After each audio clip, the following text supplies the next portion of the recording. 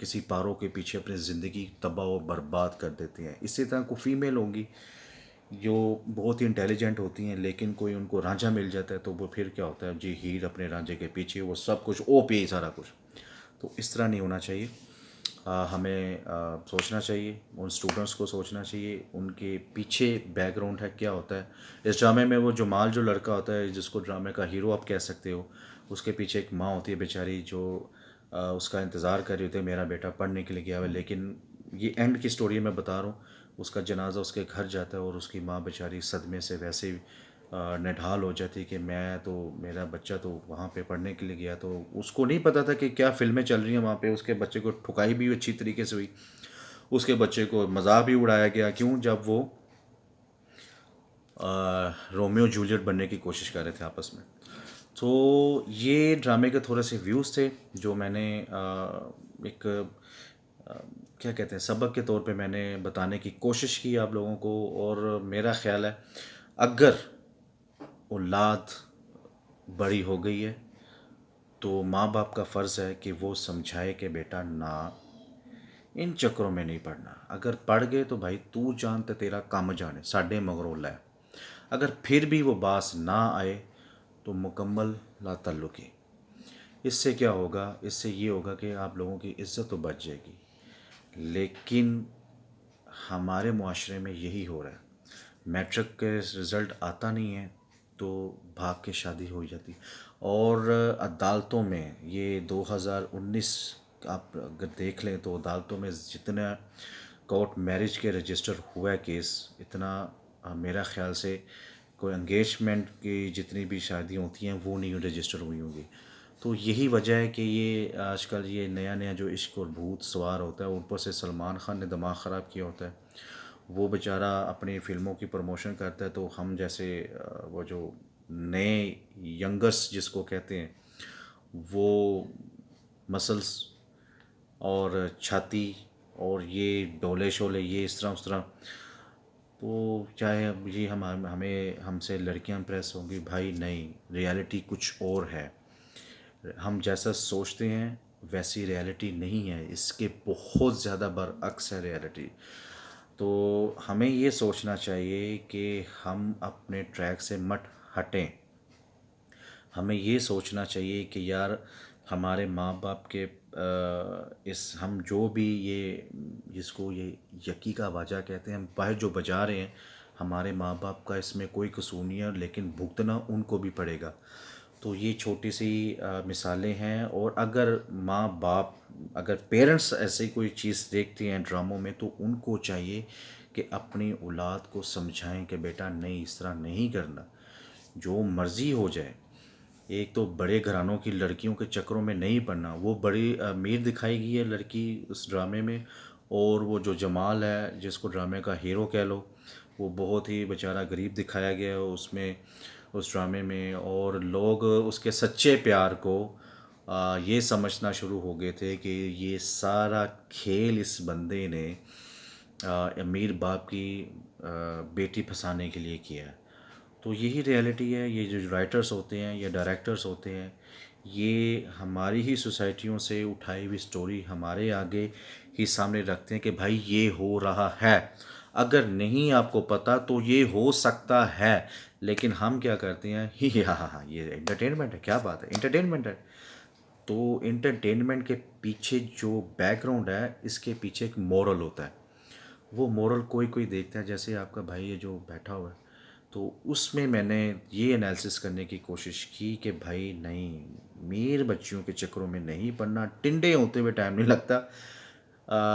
تھانے میں مار بھی پڑتی ہے بھائی اس بندے کو، تھانے میں پولیس اسٹیشن میں اس کو اچھی خاصی دھلائی ہوتی ہے اس بندے کی.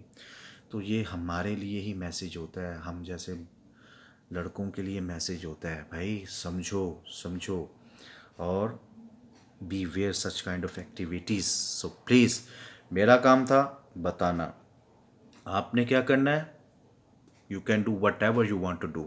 تو فہد شہزاد کو اجازت دیں، انشاءاللہ نیکسٹ ویڈیو میں ملیں گے. اور آئی ہوپ سو کہ آج کا جو میسیج ہے میرے اسٹوڈنٹس بھائی لوگوں کے لیے بہت زیادہ فائدہ مند ثابت ہوگا انشاءاللہ. اور اگر میرے یہ میسیج پیرنٹس سن رہے ہیں اور ان کی کوئی بیٹی یا بیٹا یونیورسٹی یا کالج یا اسکول میں ہوتا ہے تو پلیز ان کو سمجھائیں کہ نہ، یہ ان چکروں میں نہیں پڑنا، کیونکہ آپ تو گھر ہوتے ہو یار، ہم پیرنٹس لوگ گھر ہوتے ہیں، اور ہمیں کیا پتہ ہوتا ہے کہ وہ ہماری اولاد باہر کیا کر رہی ہے. جس طرح اس ڈرامے میں گاؤں پہ بیٹھی ماں کو کیا پتہ کہ وہ میرا بیٹا جمال جو ہے وہ تو انجینئرنگ پڑھنے کے لیے گیا ہوا ہے، لیکن اس کا جب غیرت کے نام پہ اس کو قتل کر دیا جاتا ہے اور اس کا جو جنازہ گھر پہنچتا ہے تو ماں غم سے نڈھال ہو جاتی. تو ایسے نہ جانے کتنے کیسز ہیں یار.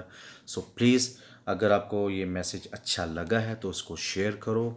اگر لگتا ہے کہ چینل سینیبل ہے، اچھا ہے، صحیح چل رہا ہے کام، تو اس کو سبسکرائب کرو اور اپنے فہد بھائی کو اجازت دو. ملتے ہیں انشاءاللہ اگلی ویڈیو پہ. تب تک کے لیے اللہ حافظ.